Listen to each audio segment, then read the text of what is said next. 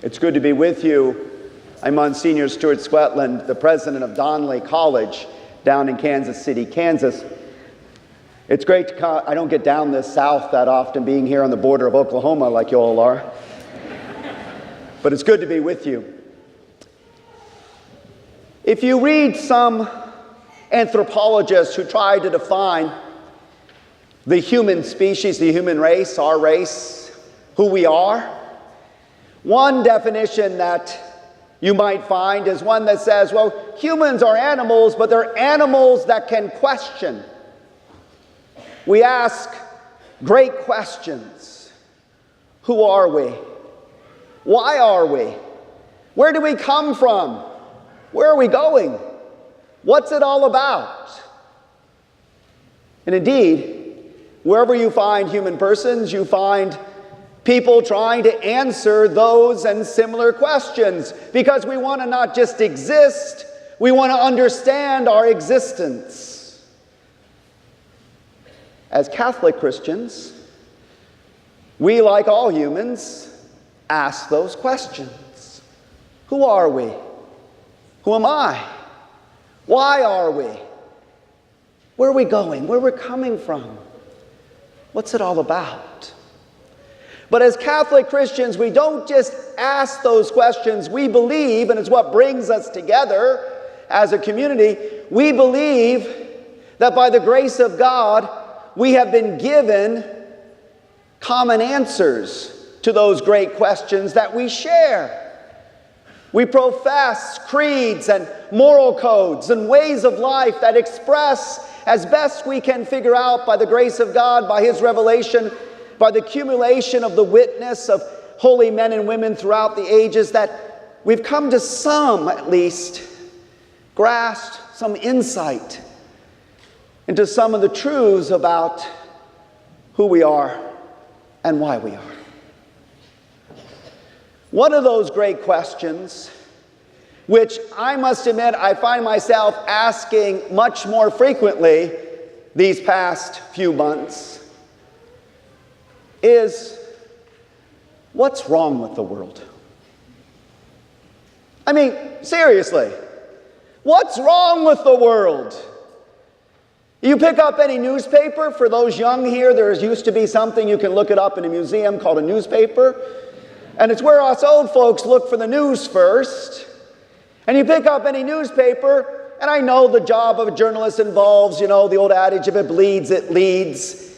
So there's a bias towards what's printed. But you pick up the newspaper and you see unbelievable conflict, division, hatred, unbelievably stupid things that we humans seem to do to one another, and vicious things.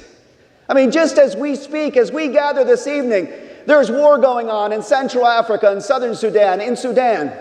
There's war going on in the Middle East, in Syria, Iraq, Iran, Afghanistan, Pakistan, Ukraine, Colombia, Venezuela, the Korean Peninsula, Kashmir, Philippines, and I've left some out.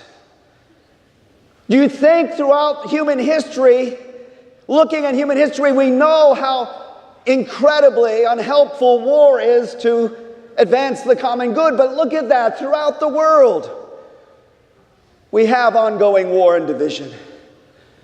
And whatever issue we chose, tonight, like many of you, I'm going to be sitting in front of my television looking at a National Geographic special about what we're doing to the environment. For we know we are beginning to cook ourselves, slowly but devastatingly. What is wrong with the world? Well, believe it or not, we're not the first generation to ask that question.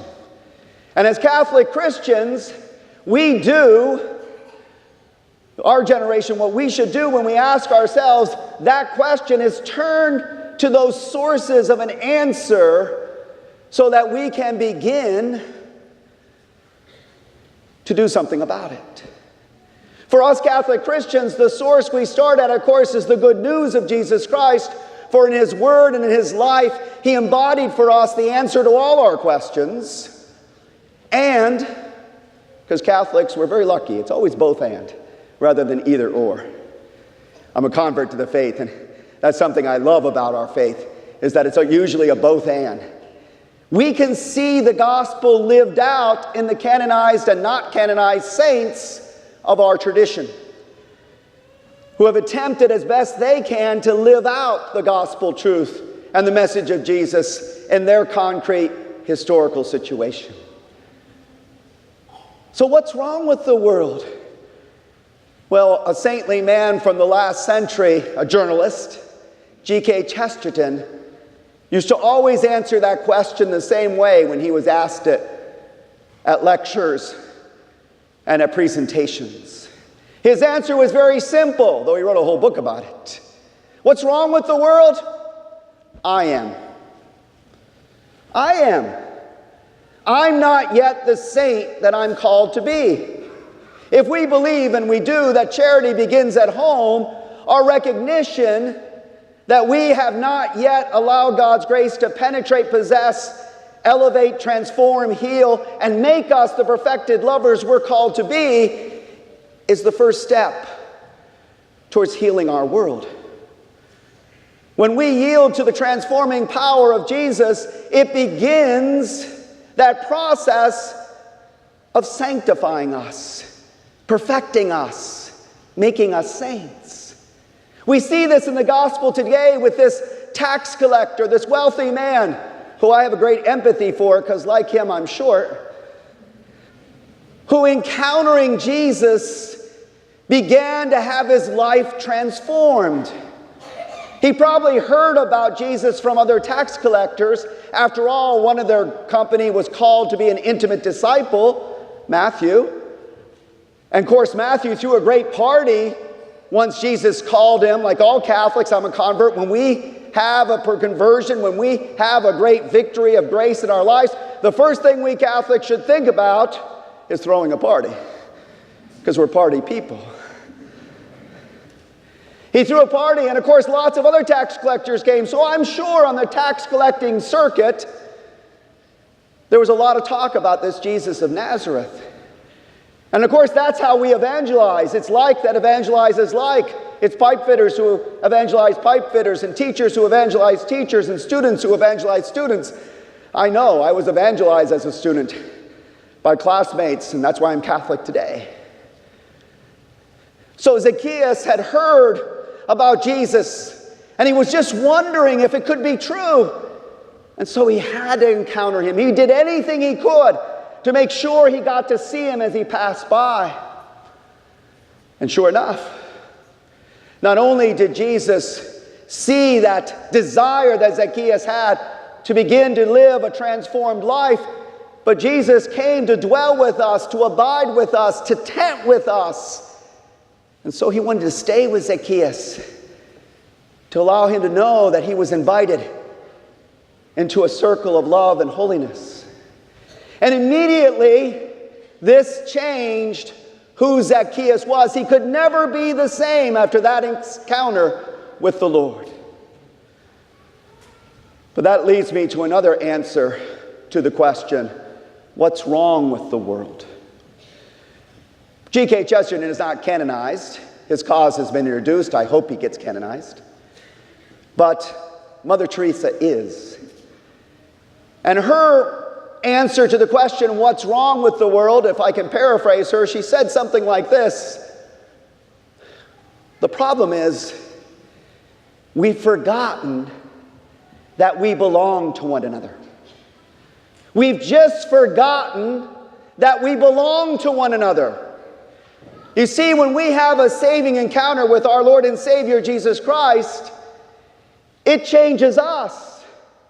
But our first realization is that we are communal beings, called into communion, and therefore immediately upon encountering Christ, we begin to think about others, especially the poor.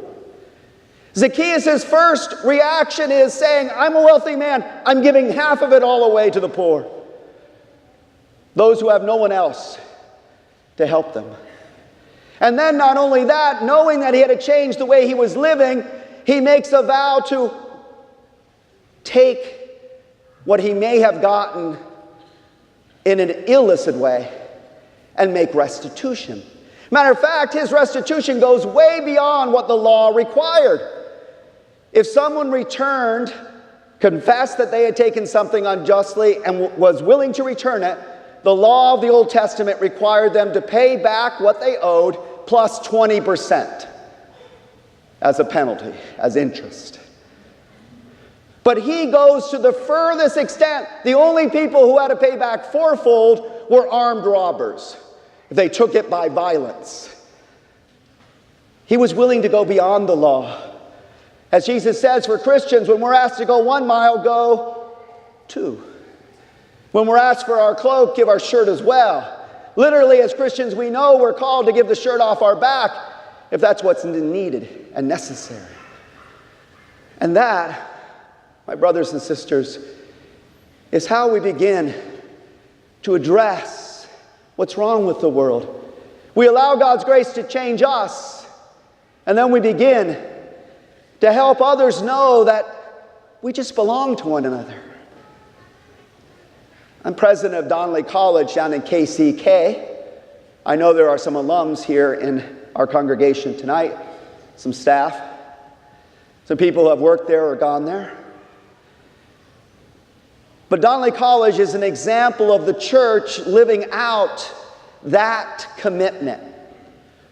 It's where the local church, recognizing that we belong to one another, wants to make sure that every person is included in the circle of compassion, in the circle of love. We've been around since 1949. It was named after Bishop Donnelly, the founding bishop of the college. Donnelly College was staffed by the Benedictines. They would really get upset with me for saying Dominicans, but that's okay. They're forgiving people. The Benedictines from Mount St. Scholastica. Sister Jerome, who was the first president, though we didn't call her that back then, was a saintly woman, and she made that college work for people down in KCK who were from the ethnic Catholic parishes who were coming back from World War II in Korea, and nobody in their families had ever gone to college. We had a college to begin their educational journey. And it was transformative. People came from all those parishes, each had their own ethnicity, and we began to educate first-generation college students. But KCK changed. Johnson County at that time was growing wheat and corn. But all of a sudden, when white flight hit, let's call it what it is, white flight hit in the 60s, Johnson County started growing houses. And KCK changed. But Donnelly College stayed, and we began to serve a heavily African-American population. Same situation. First in their family to go to college. And then in the 70s and 80s, a new wave of Latino immigrants came into our area, and we began to serve them. And so right now, Donnelly College has 90% of its students are the first in their family to go to college. 50% of our population right now is Latino, 30% is African American. The rest is a combination of many wonderful. We're about 50% Catholic, 50% not. But we're a place where people can come together and begin the journey to discover who they are and why they are. Let me tell you just one story. A young woman from out here in Johnson County was praying one day about where she would go to college. She really wanted to go to college. She had the talent to go to college, but her plans were being put on the back burner because some things were going on in her personal life, and she hadn't made plans yet. And by the accident of my admissions office, but by the grace of God, we accidentally called her number. We were trying to call someone else, but God knew what God was doing. And her mother picked up the phone, and her mother was Latino, did not speak English, so she handed the phone to her daughter, and her daughter said yes, and we said, well, we're calling for so-and-so. Well, she said, she's not here, but college, what are you, and who are you? And so they gave their little pitch, a cold call, if you will. And she said, well, I just was praying about this. And so she came in, and she joined our college. We actually featured her in one of our fundraising events. And what we didn't know, and what her mom didn't know, but what she knew, is she had some personal difficulties. At that moment, she had discovered that she was pregnant. That's no problem for us at Donnelly. We deal with all kinds of personal issues, and we were able to help her not only finish up her degree, have her child, but she's on now to get her nursing degree so she can come and help other young women who are in her situation so that they know there's people out there that will serve them. You know, we talk about pro-life a lot as a church, and we should. But if we're really truly going to be pro-life, we have to have alternatives and ways that people can get the help they need to follow God's call and to do the right thing. Sorry, I got to give one more example. I was just going to do one, but I got another one. Just this week, I met with one of our alums.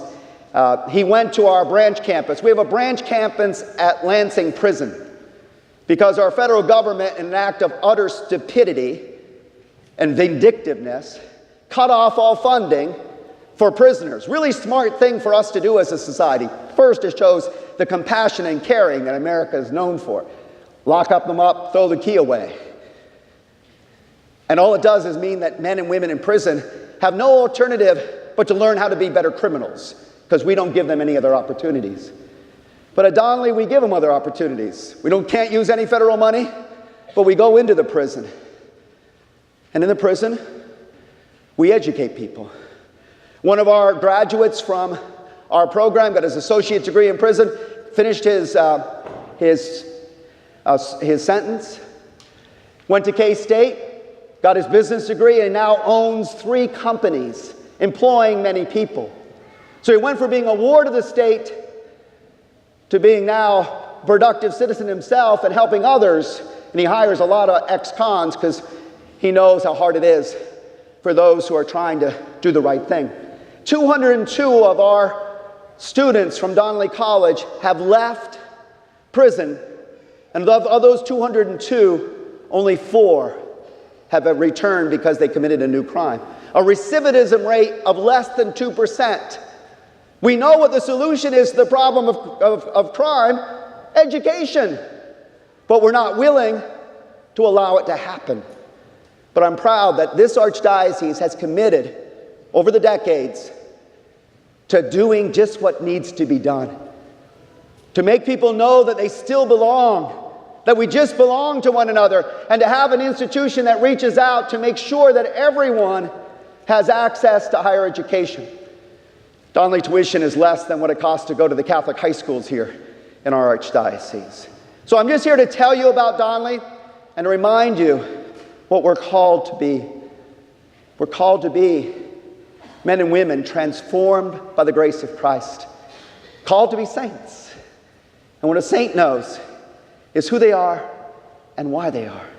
And they know that we belong to one another. Praise be Jesus Christ, now and forever. We stand and confess our faith.